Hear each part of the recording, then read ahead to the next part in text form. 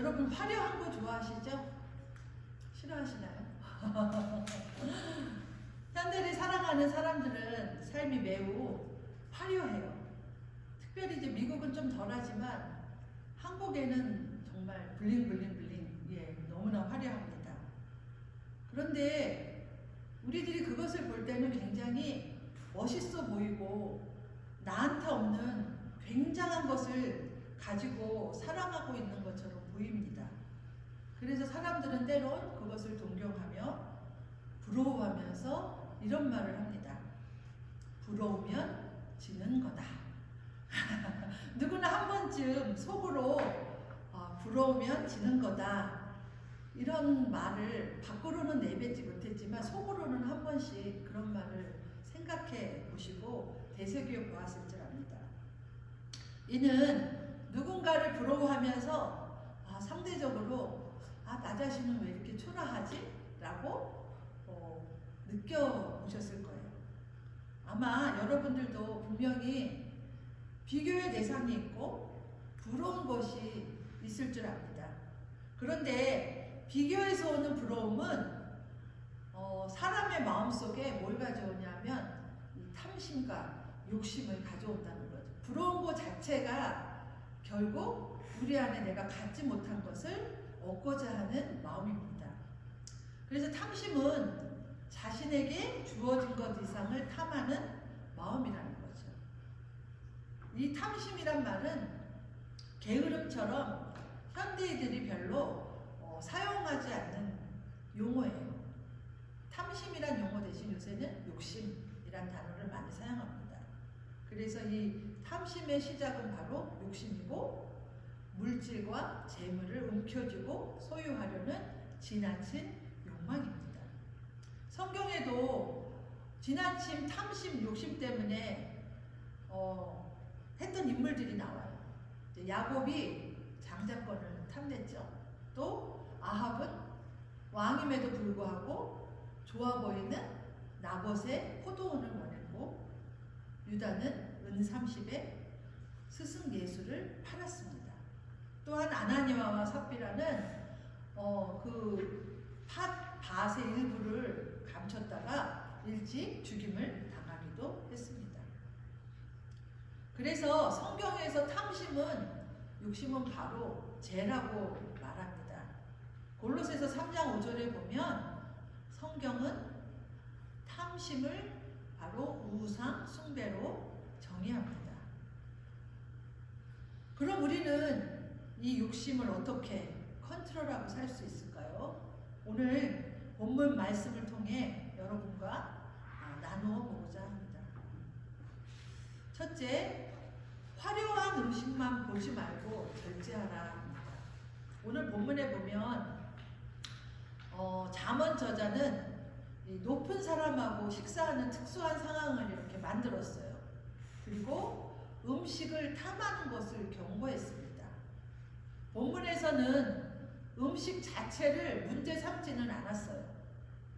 1절을 보면 관원의 그 음식은 관원의 음식이고 또 6절에 보면 악한 눈이 있는 자의 음식이기 때문에 문제라는 거예요. 음식 자체는 괜찮아요. 근데 높은 자리에 있는 사람의 음식 또한 악한 눈이 있는 자의 음식이 문제라는 거죠. 음식은 우리 사람들이 생명을 이어가기 위한 필수적인 요소지만 누구의 음식이냐에 따라서 그것에 우리의 생명이 되기도 하고 도리어 생명을 위협할 수도 있다는 겁니다. 그래서 본문 말씀처럼 화려한 음식을 보지 말고 음식을 앞에 앉은 자가 누구인지를 생각하라고 여기 잠언에서는 경고합니다. 여러분 한번 생각해 보세요. 내가 이제 어떤 평가를 받는 자리에 나갔어요. 진수성찬이 이렇게 차려져 있어요. 근데 평가하는 것에는 내가 생각을 까먹고 오로지 보이는 화려한 음식에 다 온갖 마음과 눈이 쏠려 있어요. 어떨까요? 그래서 오늘 2절에서는 이렇게 얘기해요. 목에 칼을 대고서라도 절제하라. 굉장히 무서운 말이죠. 왜냐하면 그 화려한 음식은 속이는 음식, 즉 그 사람을 평가하는 미끼가 되기 때문이라는 거예요. 그래서 사람들은 그 음식 자체로만 판단을 하지 그 이면에 뒤에 숨겨져 있는 뜻은 보지 못한다는 거죠. 그래서 우리는 눈앞에 있는 음식이 아니라 음식을 통해서 우리를 시험하려는 평가자의 마음을 볼 수 있어야 합니다. 그리고 우리가 그런 욕심에 사로잡히면 다른 사람에게 이용당하기 쉬워요. 여러분은 그런 경험 없으세요? 그렇지 않으려면 욕심에 사로잡히지 않도록 절제하는 습관이 우리 날마다의 삶에서 필요하다는 거죠. 그렇게 절제할 때 우리의 유혹거리도 줄어든다는 거죠. 그래서 절제하는 마음은 우리가 절제를 하다 보면 그 뒤에 숨어있는 세상의 뜻도 우리가 분별할 수 있게 된다는 거죠. 그래서 절제를 통한 분별의 지혜가 우리 안에 충만하면 누구에게도 이용당하지 않고 당당할 수 있다는 겁니다. 민수기 11장 5절에 보면 이스라엘 백성들이 출애굽하면서 음식에 대한 욕심에 대한 이야기가 나와요. 출애굽할 때 음식은 완전히 생존 그 자체잖아요. 그런데 그들은 생존 외에 음식을 원한 거예요. 항상 하나님께서는 만나를 주셨잖아요. 그날 먹을 양을 매일매일 주셨는데 그들이 욕심이 생긴 거죠. 그래서 만나 외에 애굽에서 맛있게 먹었던 그것들이 생각난 거예요. 생선, 오이, 참외, 부추, 파, 마늘 같은 것들. 하나님은 출애굽하는데 우리가 약속된 가나안 땅으로 들어가야 되는데 그 상황에 감사하지 못하고 애굽에서 먹었던 맛있는 음식을 원하는 그들의 욕심에 대해서 결국 재앙을 내리셨어요. 여러분 한번 생각해 보세요. 냄새도 싫어하기까지 한 달 동안 고기를 먹게 하셨다는 거죠. 더 이상 고기를 원하지 않게 아주 질리도록 먹어봐라. 한 달 동안 고기를 먹게 했다는 것은 얼마나 끔찍한 재앙입니까? 그래서 그리고 요한복음 6장 27절에도 말씀하셔요. 우리가 썩을 양식을 위하여 일하지 말고 영생하도록 하는 양식을 위하여 하라라고 말씀합니다. 그래서 이 양식은 인자가 너희에게 주리니 인자는 하나님 아버지께서 인치신 자니라. 그래서 인자가 주는 양식, 바로 주님께서 주시는 은혜, 그것이 바로 우리의 생명이라는 거예요. 탕자가 정말 모든 것을 다 이렇게 허비하고 나서 정말 돼지의 음식으로 배를 채웠잖아요. 근데 오늘날 보면 많은 사람들도 자신의 배만 채울 수 있다면 누구의 것이든 먹으려고 합니다. 정말 주의해야 합니다. 그래서 고린도전서 10장 21절에서 23절에 보면 너희가 주의 잔과 귀신의 잔을 겸하여 마시지 못하고 주의 식탁과 귀신의 식탁에 겸하여 참여하지 못하리라. 근데 모든 것은 다 허락해요. 그런데 모든 것을 허락하지만 모든 것이 다 유익한 건 아니라는 겁니다. 우리가 욕심을 극복하지 못하면 하나님과 점점 멀어지게 된다는 거예요. 그래서 먹을 것을 절제하고 식탐을 극복하는 것이 하나님과 관계가 있다는 거예요. 생소하지 않으세요? 그런데 이게 관계가 있어요. 한웅 목사님이 쓴 아멘 다음이 중요하다는 책에 나오는 이야기예요. D.L. 무디는 자신의 성경책 표지에 이렇게 써놓았다고 합니다. 이 책이, 성경책이 당신을 죄로부터 멀어지게 하든지 죄가 당신을 이 책으로부터 멀어지게 하든지 둘 중에 하나다. 가깝게 하든지 멀어지게 하든지. 그래서 말씀과 세상은 날카로운 상반관계라는 거예요. 우리가 말씀으로 충만하면 세상이 우리에게 어떠한 영향력도 주지 못해요. 왜냐하면 말씀 안에 우리가 중심을 잡고 서 있기 때문에. 그리고 우리 안에 세상으로 가득 차면 말씀이 딱 불락되는 거예요. 막혀서 들어오지 못한다는 거예요. 그래서 우리의 삶이 식탐으로 가득 차면 어떻게 했어요? 하나님으로 채워줄 수가 없다는 거예요. 사실 우리의 삶에서 조금 결핍되는 것이 건강한 거예요. 요즘은 웰빙 시대잖아요. 옛날에는 먹을 것이 없어서 건강하게 먹었지만 요새는 너무나 넘쳐나기 때문에 그것으로 인해서 우리의 건강이 나빠지고 그런 것들로 인해서 우리 삶이 망가지게 된다는 거죠. 여러분, 우리 삶에 조금 부족하면 하나님을 생각할 수 있는 여유가 생긴다는 거예요. 먹을 것으로 인해 우리가 하나님과 가까워질 수도 있고 멀어질 수도 있음을 기억하시기 바랍니다. 두 번째, 욕심을 내려놓아야지 참된 형통을 맛볼 수 있다. 음식과 더불어 탐욕이 대상이 되는 거 바로 뭐냐 하면 재물, 돈입니다. 5절에 보면 허무한 것에 주목하면 재물은 스스로 날개를 내어 하늘의 독수리같이 날아가리라. 재물을 뭐에 비유했어요? 새에 비유했어요. 재물이 뭐처럼 날아가요? 새처럼 날아가 버린다는 거예요. 내가 아무리 돈을 움켜쥐고 있어도 재물을 움켜쥐려고 해도 맹목적으로 부자가 되려는 것은 헛된 일이라는 것을 잠언 5절에서 지금 오늘 본문에서 설명합니다. 재물은 새와 같이 언제든지 사라질 수 있다는 거예요. 그런데 우리는 그 재물을 얻기 위해 과도하게 집착하는 삶을 살다는 거죠. 굉장히 어리석은 삶을 살아요. 우리가 그러지 말아야지 하면서도 우리는 그거에 대한 마음을 버리지 못한다는 거예요. 그래서 특별히 우리들은 그 물질에 대해서, 돈에 대해서 그냥 주신 만큼 만족하며 살 수 있는 마음을 가져야 된다는 겁니다. 여러분이 잘 아시는 말씀이죠. 디모데전서 6장 10절 말씀, 돈을 사랑하는 것은 바로 일만하게 뿌리가 된다는 거예요. 믿음을 버리고 우리가 돈을 사랑하면 근심 걱정에 빠지게 쉽다는 거예요. 그러나 하나님이 주신 것에 만족할 때 탐심을 물리칠 수 있습니다. 그래서 좀 더 좋은 것들을 많이 가지려고 하고 남들보다 더 높아지려고 한다면 결국 돈 사랑에 빠져서 부자 되기에 쓰는 불행한 인생을 살게 된다는 거죠. 그래서 오늘 4절에 또 이런 말씀이 있어요. 하나님은 우리에게 부자 되기에 애쓰지 말고 내 사사로운 지혜를 버리라고 말씀하십니다. 옛날 어르신들이 그런 얘기 많이 하죠.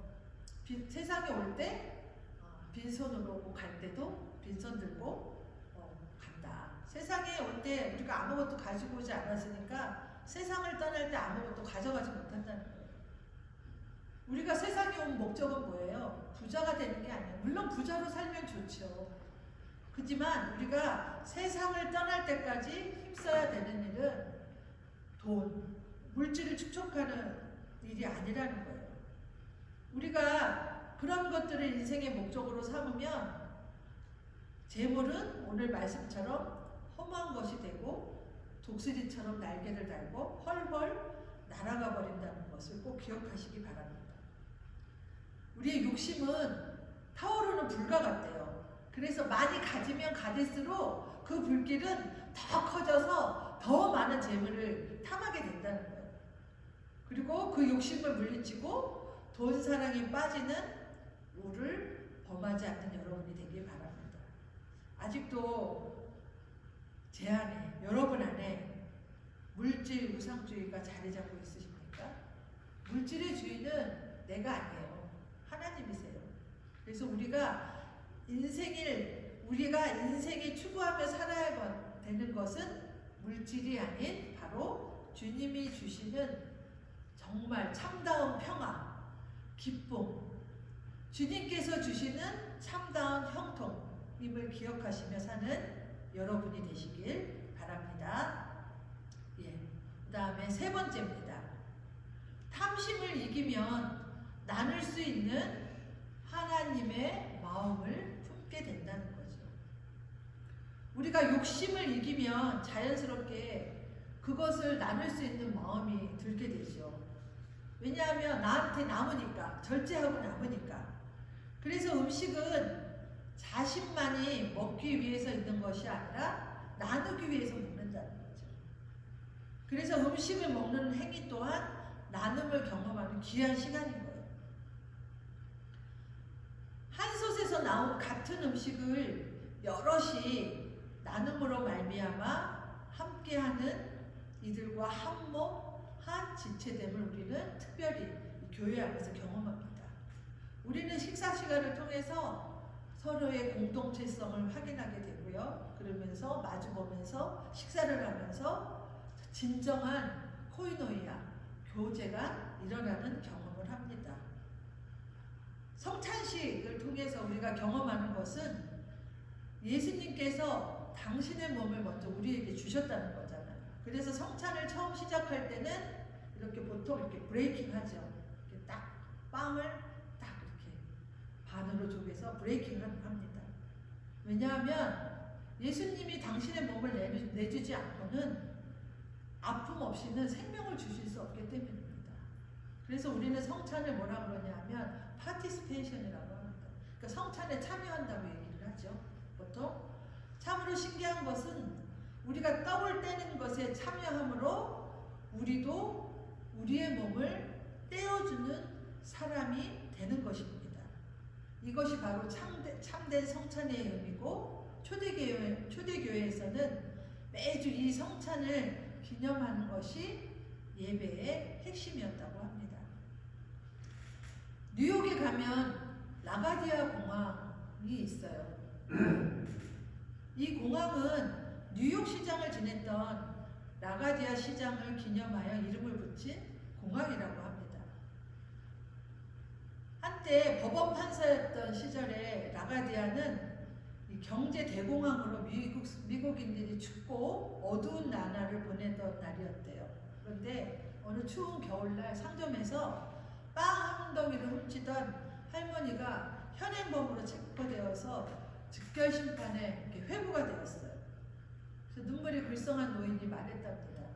사흘을 굶었습니다. 아무것도 보이지 않았습니다. 그러자 라가디아 판사는 그 사정이 딱하긴 했지만 근엄한 표정으로 판결을 땅 내렸어요. 당신의 절도 행위에 대해서 $10를 해당합니다. 그 벌금은 그렇지만 내가 내겠습니다. 그리고는 라가디아는 지갑에서 돈을 꺼냈습니다. 그리고 재판장을 향해서 말했다는 거죠. 이 돈은 그동안 내가 너무 좋은 음식을 많이 먹은 죄에 대한 벌금이라는 거죠. 부족함 없이 살았다는 거라는 거죠. 그러면서 그 재판장에 있던 사람들에게 이야기를 했어요. 여러분들도 많이 먹은 죄에 대해서 벌금을 내고 싶다면 이 모자에 돈을 좀 담으십시오. 그래서 재판장에 모인 사람들은 즉석에서 그 모자에 돈을 넣었대요. 그리고 $47의 돈이 모아졌답니다. 그리고 이 라가디아 판사는 이 노인에게 그 벌금을 주면서 다시는 도둑질을 하지 마시오라고 말했다고 합니다. 그러자 노인은 울먹이면서 말했대요. 이제는 제가 작은 일부터 시작하겠습니다. 결코 남의 물건을 훔치는 짓은 하지 않겠습니다라고 말했다고 합니다. 많은 사람들이 이 노인을 비난할 수 있어요. 그러나 또 다른 측면은 이 노인의 아픔을 공감할 수 있는 거예요. 그럴 때 바로 브레이킹이 됐다는 거죠. 그리고 아픔을 공감하는 사람들에서 뭐가 일어나면 참여, 파티스페이션이 일어났어요. 그리고 기적이 일어난다는 거죠. 오늘 10절에 보면 밭의 경계석을 옮기지 말고 특별히 고아들의 밭을 침범하지 말라고 명령합니다. 왜냐하면 바로 강하신 하나님이 그들의 구원자가 되시기 때문이라고 말합니다. 이를 지키지 않으면 욕심을 부린 자들에 대해서 하나님께서 벌할 것이라고 말씀하십니다. 만약 우리의 욕심이 우리를 하나님의 반대편에 서게 만든다면 그 욕심을 철저히 버려야 된다는 거죠. 그래서 하나님의 마음으로 사회적 약자를 돌보는 편에 서야 합니다. 우리의 관심사는 이웃에 대한 착취나 험담 이런 게 아니에요. 나눔과 사랑이 되어야 됩니다. 어떻게든 내 것만 늘리고 돈을 벌고 불릴 생각하지 말고 우리는 힘없고 연약한 이웃에게 내 밭을 떼어주고 돈을 나눌 수 있는 그런 마음을 품기를 바랍니다. 잠언 11장 24절로 25절 말씀 보면 흩어 부재하여도 더욱 부하게 되는 일이 있나니 가도히 아껴도 가난하게 될 뿐이다. 가도 아끼면 부자가 돼야죠. 그런데 잠언에서 말씀합니다. 부재를 좋아하는 자가 나누는 자가 풍족해진다고 말씀합니다. 그래서 남을 윤택하게 하는 자가 더욱더 자기도 윤택하여 지리라고 말씀합니다. 여러분, 세상의 상식으로는 아끼고 아껴야 부자가 되잖아요. 그러나 남에게 인색할 망정 과도히 아끼고 챙겨서 모아야 내 것이 되고 부하게 되잖아요. 세상의 이치로는. 그러나 아끼는 것이 아니라 성경에서의 진리는 나누어 주어야 부하게 된다는 것입니다. 그래서 지나치게 아끼고 사는 사람은 오히려 가난하게 된다는 것입니다. 남의 필요를 채워주고 어려운 일을 돕고 아픔을 함께 나누는 자는 자기만 아는 사는 자보다 훨씬 풍족해지는 것입니다. 이것이 바로 물질적인 풍족만이 아닌 영적인 풍족함을 누리게 되는 것입니다. 우리가 정말 그리스도인으로 하나님의 사랑 안에 있고 하나님을 사랑하고 이웃을 사랑함으로 나눔을 행할 수 있는 여러분이 되길 바랍니다. 때로는 우리가 힘든 상황이 있을 때 있어요. 정말 나도 살기가 힘들어요 라고 말하는 사람도 있어요. 또한 그런 상황이 우리한테 있었고 또 앞으로 있을지도 몰라요. 하지만 우리는 꼭 그 물질만이 아니라 한마디의 말에 대한 위로, 또한 그 중보기도를 통한 여러분의 이웃 섬김과 나눔을 실천하며 사시는 여러분이 되시길 바랍니다. 말씀을 맺습니다. 사람은 탐심을 경계해야 된다는 거예요. 우리가 욕심을 쫓아 살면 삶의 질서가 이렇게 무너진다는 거죠. 그래서 우리 성도는 절제를 늘 우리 마음속에 구하여야 된다는 거예요. 바로 절제는 성령의 열매 중에 하나입니다. 성령님이 주시는 절제를 통해 우리 안에 욕심을 물리칠 수 있기를 바랍니다. 욕심을 이기면 나눌 수 있는 하나님의 마음을 품게 됩니다. 인류의 역사상 가장 큰 기적이 무엇일까요? 바로 예수님의 몸이 찢기고 나누어진 것이에요. 거기에는 피 흘림이 있었다는 거죠.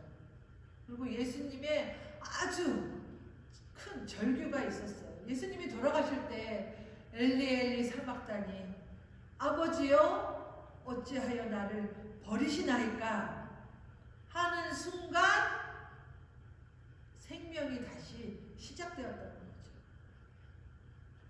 기억하시기 바랍니다. 욕심은 내가 절제해야지 라는 마음에서 극복되는 것이 아니라는 거예요. 주님의 마음에 동참하는 것입니다. 주님이 십자가에 돌아가셔서 우리의 생명을 구원하여 주셨듯이 피 흘림을 우리가 직접 체험하는 것이라는 거예요.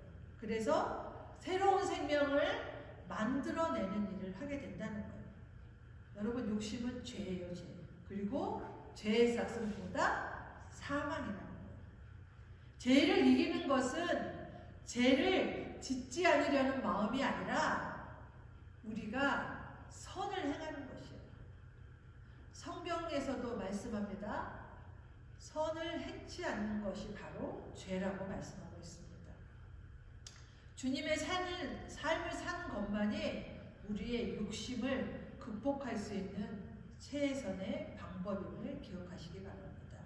오늘 예배를 드리는 모든 우리 성도들 가운데 바로 이 나눔의 원리가, 베품의 원리가, 복음의 원리가, 생명의 원리가 살아날 수 있기를 예수님의 이름으로 간절히 소원합니다.